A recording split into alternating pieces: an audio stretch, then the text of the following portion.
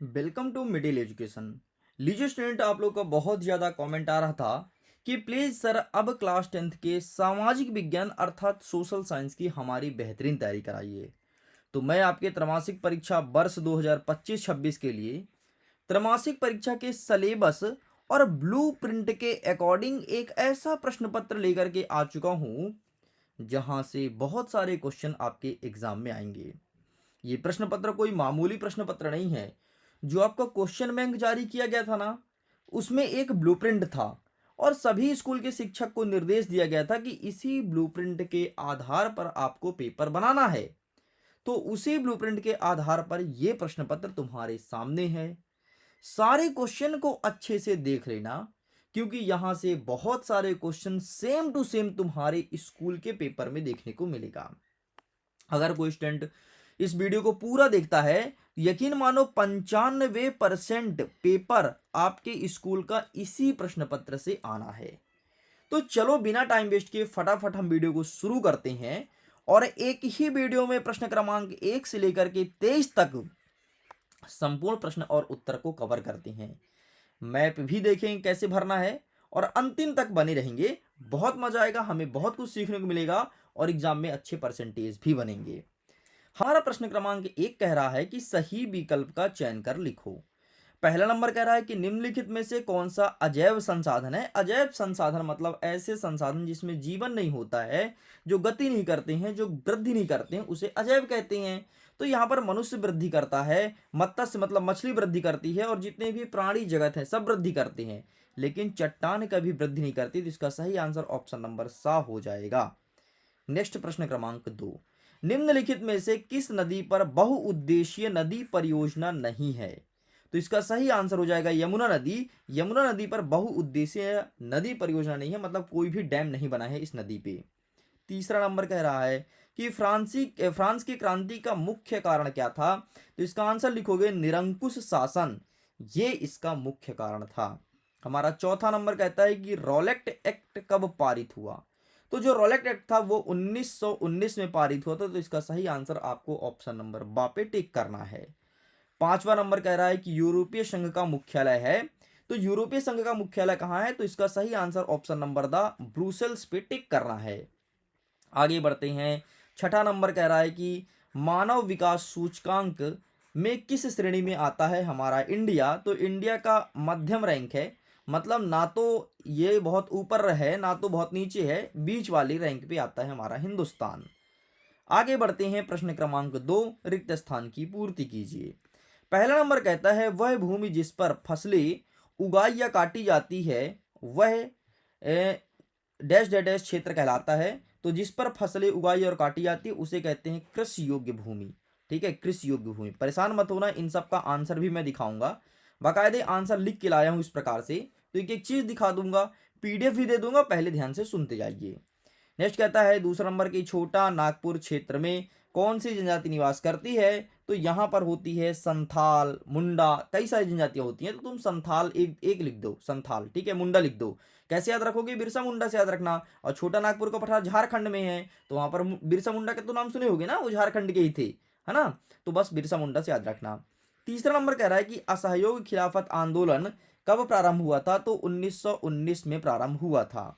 Next कह रहा है चौथा नंबर, भारतीय संविधान में भाषाओं को किस अनुसूची में रखा गया है। तो भारतीय संविधान की जितनी भी भाषाएं हैं सभी 8वीं अनुसूची में रखी गई है और वर्तमान में 22 भाषा का उल्लेख है। आपको पता है पहले 14 भाषा हुआ करती थी, लेकिन अब 22 भाषाएं हो गई हैं।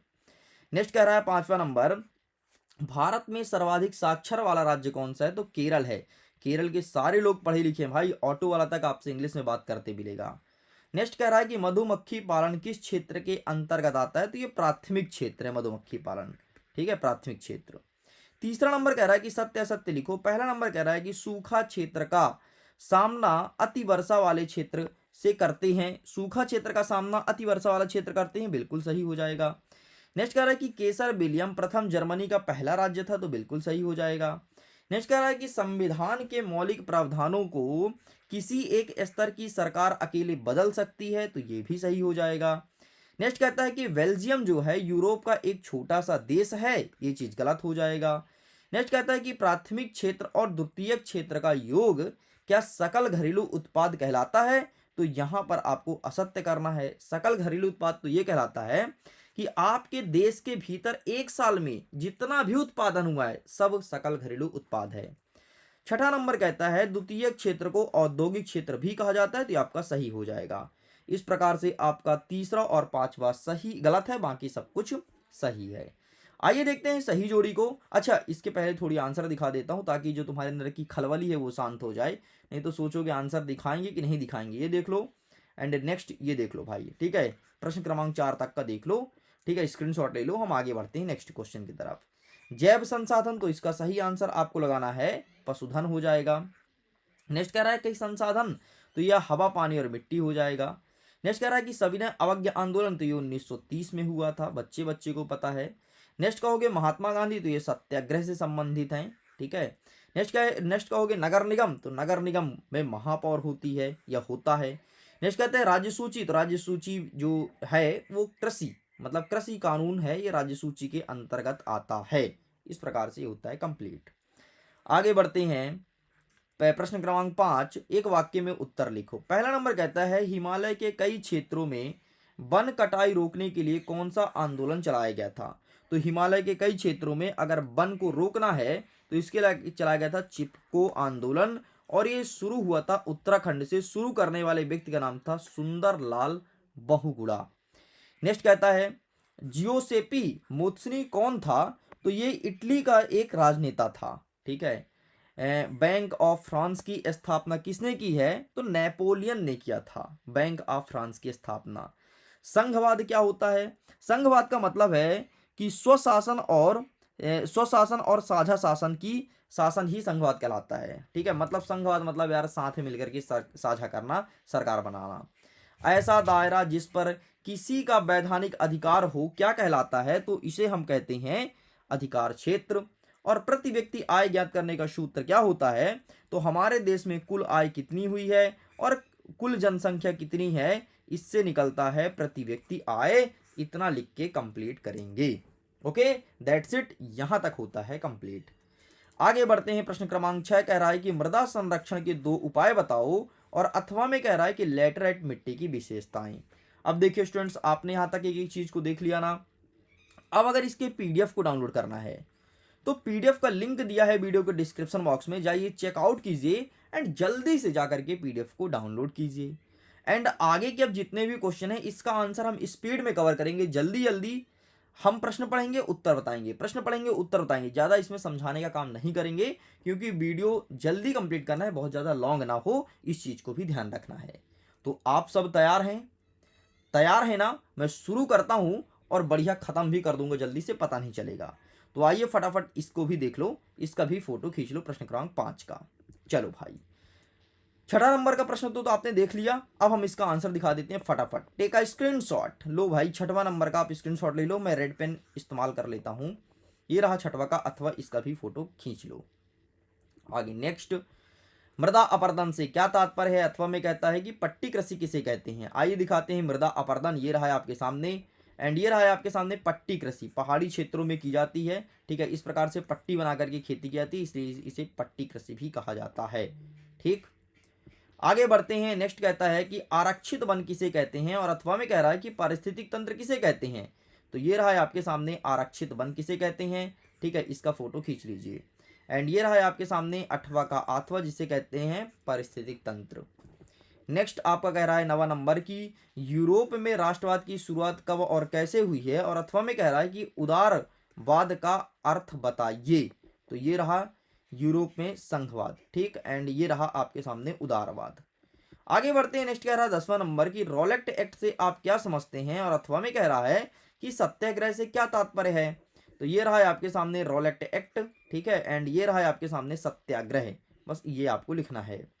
आगे बढ़ते हैं 11 नंबर, जलियांवाला बाग हत्याकांड एक संक्षिप्त टिप्पणी लिखो, और अथवा में कह रहा है कि साइमन कमीशन पर एक टिप्पणी लिखो। तो आइए हम टिप्पणी दिखाते हैं। ये रहा जलियांवाला बाग हत्याकांड 13 अप्रैल 1919 में हुआ था, एंड ये रहा साइमन कमीशन, ठीक है। तो ये आपको लिखना है।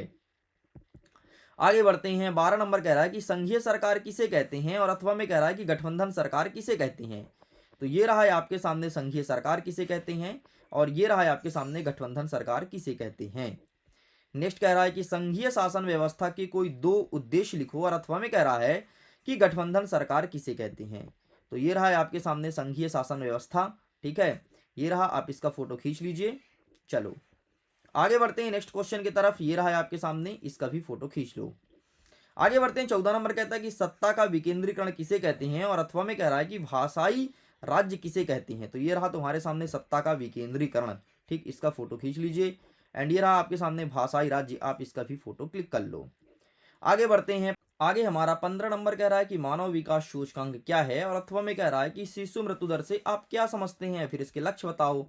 तो आइए देखते हैं मानव विकास सूचकांक, ये रहा 15 नंबर का।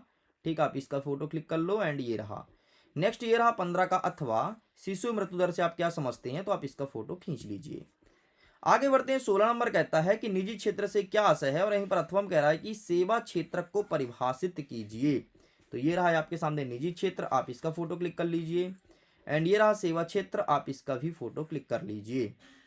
आगे बढ़ते हैं, नेक्स्ट क्वेश्चन कह रहा है 17 नंबर की खुली बेरोजगारी का क्या अभिप्राय है, और अथवा में कह रहा है कि मनरेगा के उद्देश्य बताइए। आइए देखते हैं खुली बेरोजगारी, ये रहा है आपके सामने 17 नंबर, आप इसका फोटो क्लिक कर लो। एंड ये रहा 17 का, अथवा मनरेगा, इसका भी फोटो क्लिक कर लीजिए।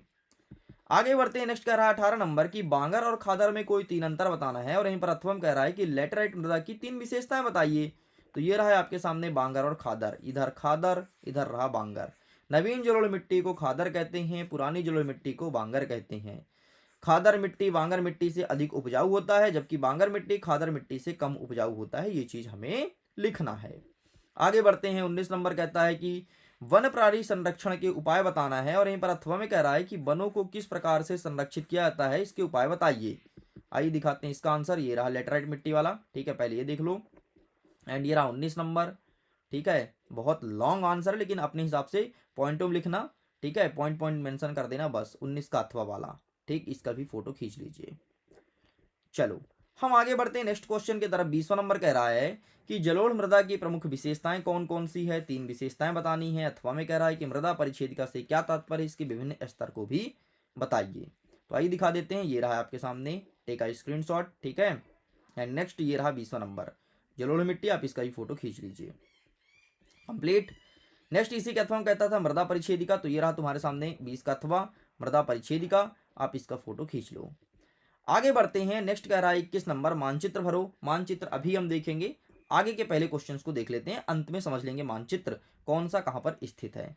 22वां नंबर कह रहा है कि भारत छोड़ो आंदोलन एक बृहद आंदोलन था, इसका व्याख्या करना है, और अथवा में कह रहा है कि सविनय अवज्ञा आंदोलन क्या है। तो ये रहा भारत छोड़ो आंदोलन। ठीक, टेक आ स्क्रीनशॉट।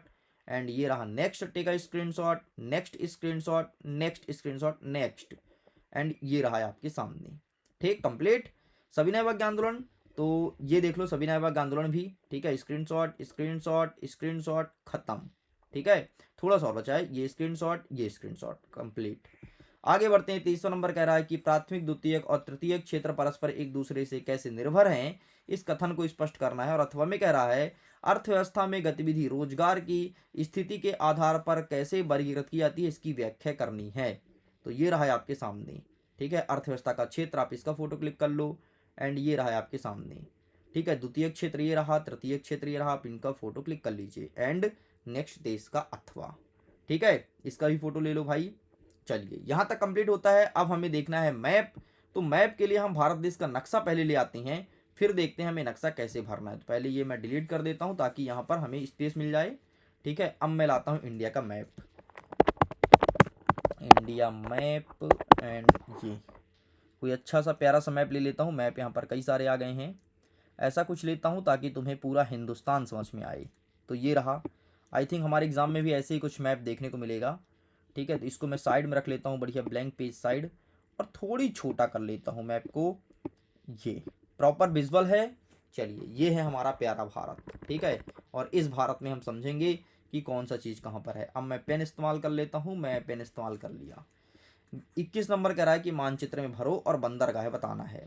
सबसे पहला है, कहता है कि चेन्नई बंदरगाह। चेन्नई कहाँ पर है भाई, चेन्नई कहाँ पर है, तो चेन्नई आपको भरना है तमिलनाडु में।